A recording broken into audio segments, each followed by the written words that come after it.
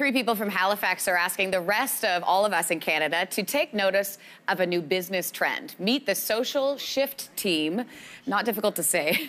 They want to prove that business is about more than just turning a profit these days. So they set out on a nationwide adventure to educate and help others through social enterprise. They started their journey in Vancouver, where they bought a camper van. Now they're driving it across the country, interviewing people at every stop. So they've just landed in Toronto. They've just arrived here, and they join me now in studio. Thanks so much for being here. Yeah, thanks for having us. Megan and Marie and Joe. Yes. Thanks so much. I got it right, because these two are identical. Double trouble. Double trouble. Is that what you've always been called? Yeah. Really? And why so? I don't know. Well, because we're trouble. Yeah, exactly. Speaks for itself. Yeah. And you can attest to that, right? Oh, yes. We've been living together in an RV for about 4 weeks now. So 4 weeks. Pretty close corners. So how's this going? How did this whole idea start? So Meg and I started a video production company about 4 years ago, and we started working for a company called Common Good Solutions, which is based in Halifax, Nova Scotia, and they're essentially like an incubator for social enterprise. So we were telling stories of social enterprises on the East Coast and what they were doing, and then we realized there was a much bigger story to tell across the country.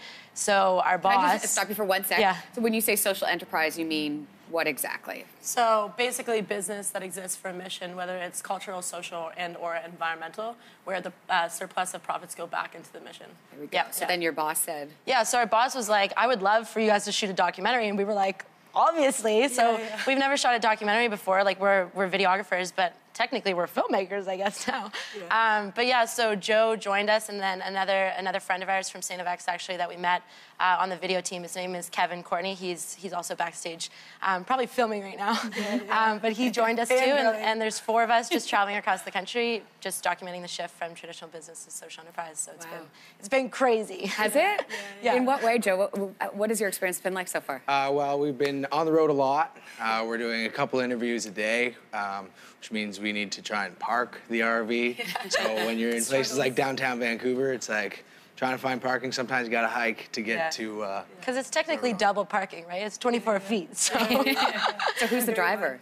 Joe. You're the driver. I do as much of that as I can. It's just... driving downtown can be difficult. And I've got some experience in a big rig, so...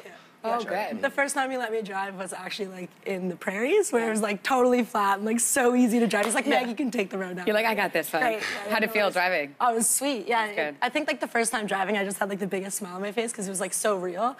We've been like preparing for this documentary for like, I don't know, for like almost probably a year now, yeah. But really like on the grind as of probably like 4 months ago, so. Yeah, so it's pretty exciting. Very exciting. What about some big surprises that you've met or heard along the way?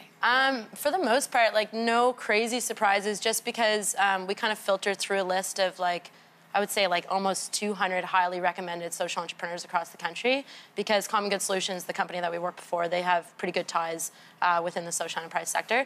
So we narrowed that list of like 200 social entrepreneurs down to probably like 40, 50. Yeah, it was supposed to be like 25.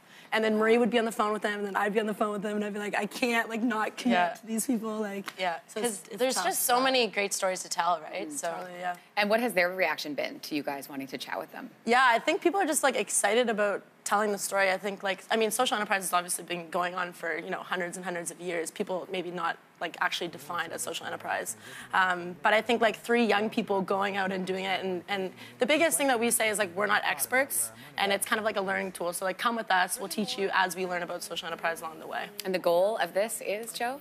I think to just get some exposure for social entrepreneurs across the country, because generally people put their money back into the cause that they're working for. So we've also want to embed this in universities across the country.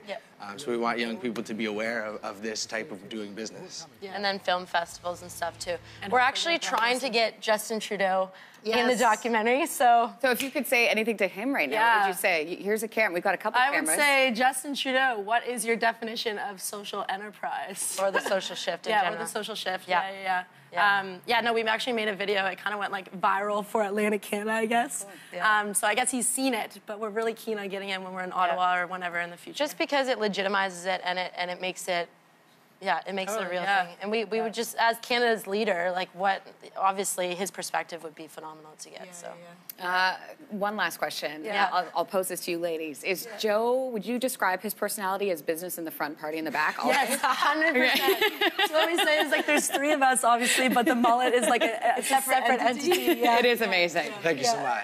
It is wonderful. And you were saying, I was asking you about the mullet backstage, you said that there's a history to this. Yeah, totally. I was in the military for a while, and then once I got out, I started to just keep cutting the sides, and I've always cut my own hair, and the back's always the hardest, and I was like, I guess no one can tell me to not do this. And I've grown it from the very beginning, so a couple months into it, it was like just kind of sticking out a little weird. People were like, what's going on? Yeah. But now here I am, it's got a sweet flow. To flip it around. We shoot it in slow-mo. Oh, it's like on top of the Rocky Mountains, just slow-mo. Please send it to me, and maybe we can post it on our website, yourmorning.ca. Speaking of, you can find more information on our website, yourmorning.ca. Megan, Marie, and Joe, good luck to you, and thanks so much for stopping by. Yeah. Literally. Thanks for having us. Yeah, Thanks so for happy. being